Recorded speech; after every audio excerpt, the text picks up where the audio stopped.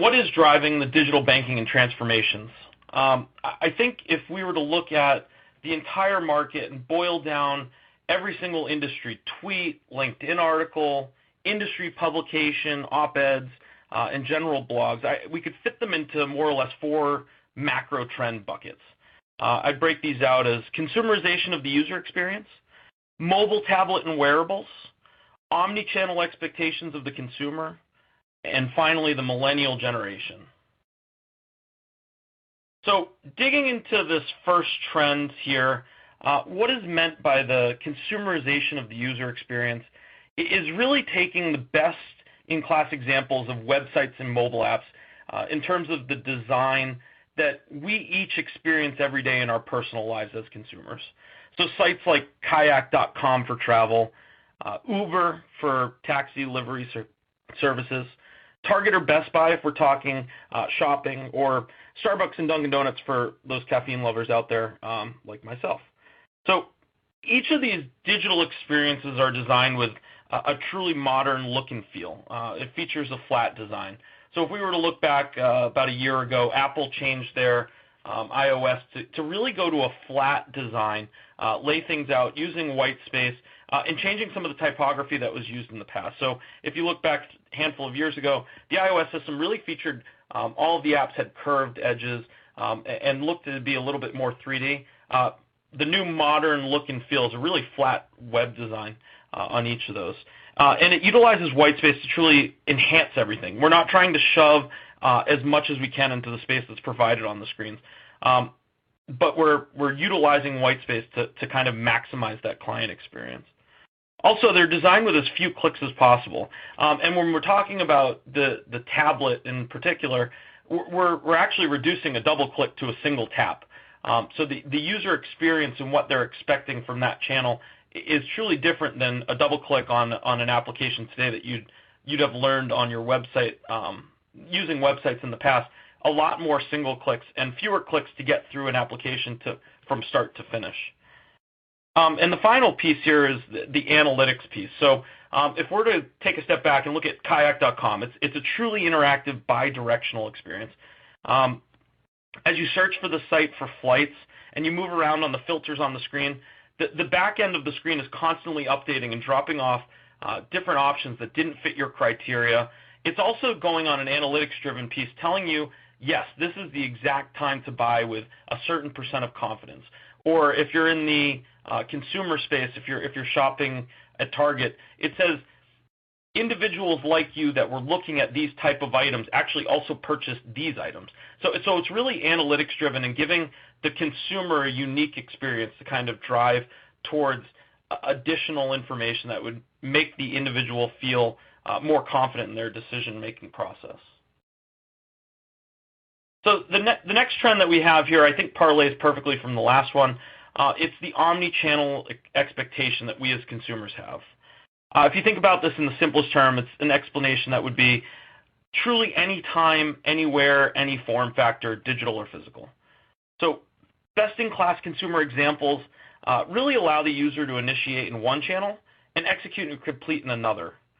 A not best-in-class example of this would be dealing with a call center where you're constantly answering the same 3 questions over and over again as you get passed from one telephone provider to the other within the floor.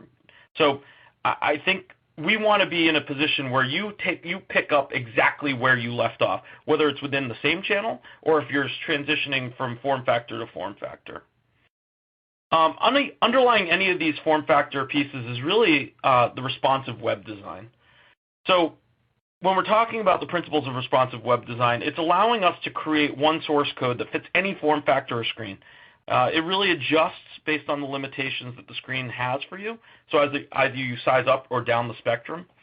I think the biggest thing with responsive web design is we as consumers are not expecting the exact same experience, whether we're on our desktop or our mobile device or tablet.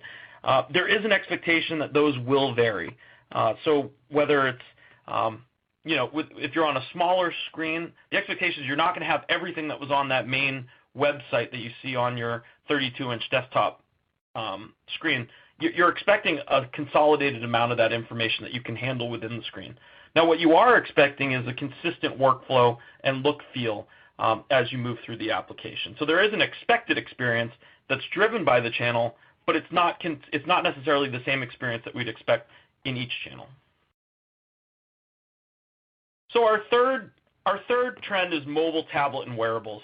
I think they're all in very varying different stages of adoption and growth. U.S. users are now spending a majority of their time consuming digital media within mobile applications. This stat over on the left-hand side of the screen is actually from comscore.com, where 60% of digital content access is actually from mobile devices. That means mobile apps, including the #1 most popular app, which is Facebook, eat up more of our time than desktop usage or mobile web surfing, accounting for 52% of the time spent on digital media. The convergence of tablet and PCs really makes for an interesting need in terms of websites themselves.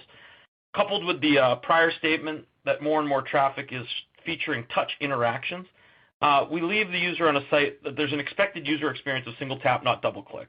I think the Surface tablet and the iPad will continue their assaults on truly becoming the de facto replacement for laptops, or really just blurring the line on what is a tablet and what is a laptop.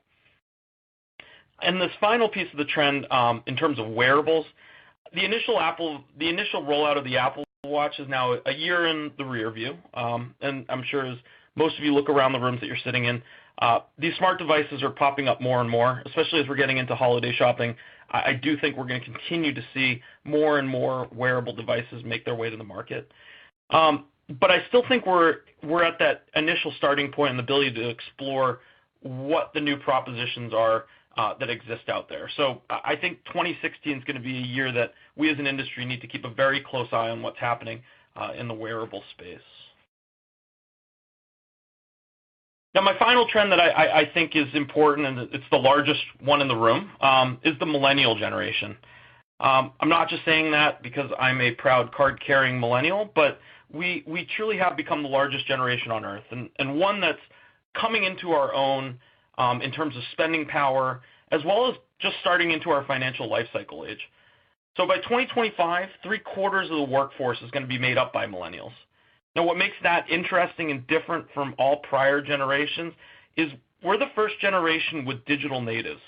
The tailing end of our generation were likely born with a computer in their house, and one that may have even been connected to AOL or broadband.